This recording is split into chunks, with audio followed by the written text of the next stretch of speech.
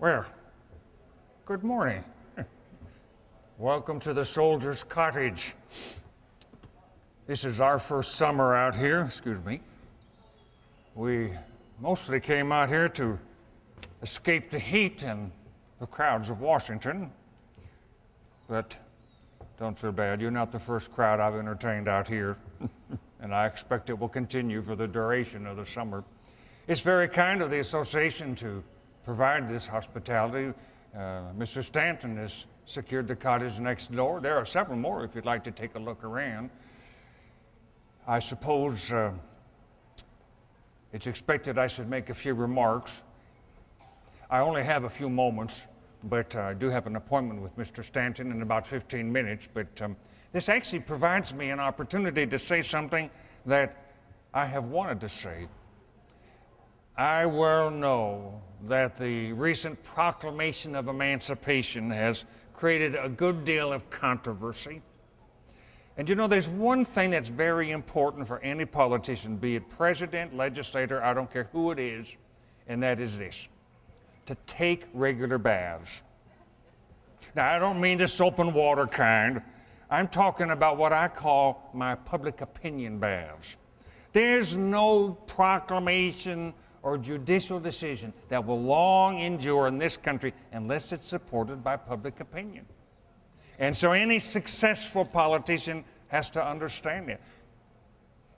At the commencement of this struggle, I was informed by one of my generals that if this administration dared to touch slavery, the entire Union Army would revolt and likely march on Washington, surely disintegrate.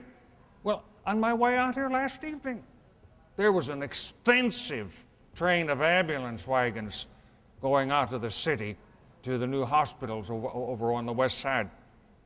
And I rode for the entire 30 minutes duration alongside those wagons, talking with the soldiers. And you know what I discovered? Most of them support it. And I need to understand how the people are feeling.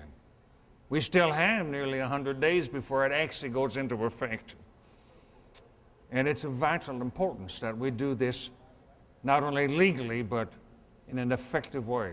But before I ask of any opinion, I have a few things that I would like to say regarding that proclamation. I understand it's controversial. There are those who have from the very beginning said, this should have been done immediately. It's nearly too late. And there are those who are also just as loudly and vociferously saying, this should have never been done. It's illegal. We're not fighting this union to free slaves. We want to restore the union as it was. Now, I realize that a year and a half ago when I was inaugurated, I made it very plain in the address that I had no intention of touching slavery in the places where it actually was. But that was before the war. And our case has become entirely different. And as our case is new, we must think anew and act anew. But in spite of those remarks a year and a half ago, I wish it to be understood. It's always been a sentiment with me that all mankind should be free. I believe it's of vital importance, and I believe it to be a universal principle. Now, what do I mean by freedom? You know, most of the people in the world are not free. Well, I suppose if you ask my personal definition, I would say, as I would not be a slave, so I would not be a master. That pretty well sums up my idea of democracy. But then nobody asked me. Mr. Jefferson defined it about 80 years ago, I think, with tolerable distinctiveness. He said, we hold these truths to be self-evident, that all men are created equal, and that they're endowed by their Creator with certain unalienable rights. A principle of equality. It's upon that our little democracy was founded. Now, it's not the first one that was ever framed. I mean, I'm no historian, but the ancient Greeks had one, as I understand. When I was a boy, I read Aesop's fables. He was a Greek. He was a slave.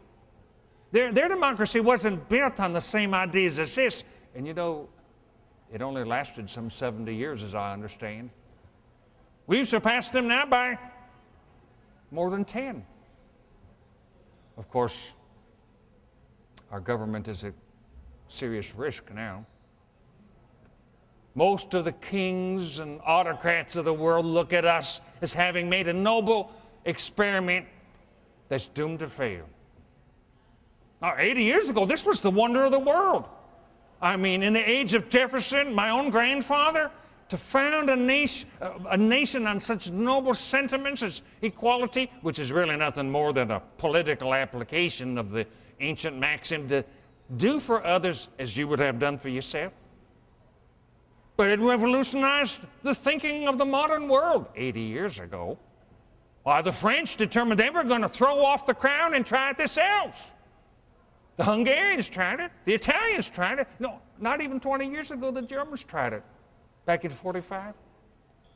But my friends, every one of them, save this country, was a miserable failure. The French ended up with a bloody revolution, one of the worst history could recall. And nearly every king of Europe quaked in their boots thinking of the possible spread of such ideas. It took Napoleon, a tyrant, to stop it. It spread nearly all over Europe, his march. The Hungarians fared not much better. What a bloody revolution that was. Failure. The Italians ended up in abject chaos. The Germans, most of the German liberals were driven out. Some were killed, some were imprisoned. But democracy, as we Americans know it, has been thoroughly stopped in the modern world. In fact, most educated, scholarly people are saying, well, equality, that's foolishness. That's old-fashioned. Everybody knows now that there's no such thing as equality. Some races are naturally inferior to others. I mean, the great ruling classes of the world. Look at the Habsburgs out in Western Europe. They don't believe in equality. If you're not it's a matter of family with them. If you're not a Habsburg, you're mere trash. Literally, they consider you rubbish. Now, farther east, under the Tsars, the Romanovs, they don't believe in equality either. Why? If you're not a Romanov, they don't actually consider you trash. You're just their property, that's all. They can do with you as they wish. And the third great ruling class of the world, the Ottomans. Now, with them, it's not a question of family. It's a question of religion. If you're not a Muslim, if you're a Jew or a Christian, well, you have no legal rights, at least certainly inferior to theirs. This is the only nation that has been founded and has survived thus long on such a principle. And what is of grave concern and should be to all of us is that nearly half of this country now has gone with the hue and cry of all the educated elites. The Southerners no longer believe in equality. Have you read Mr. Stevens? Alexander Stevens is a lifelong friend of mine. His great cornerstone speech.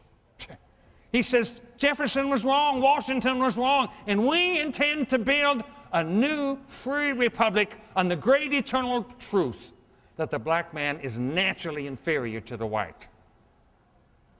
Now, how does one suppose they're going to succeed in building a free government on the old principles of tyranny?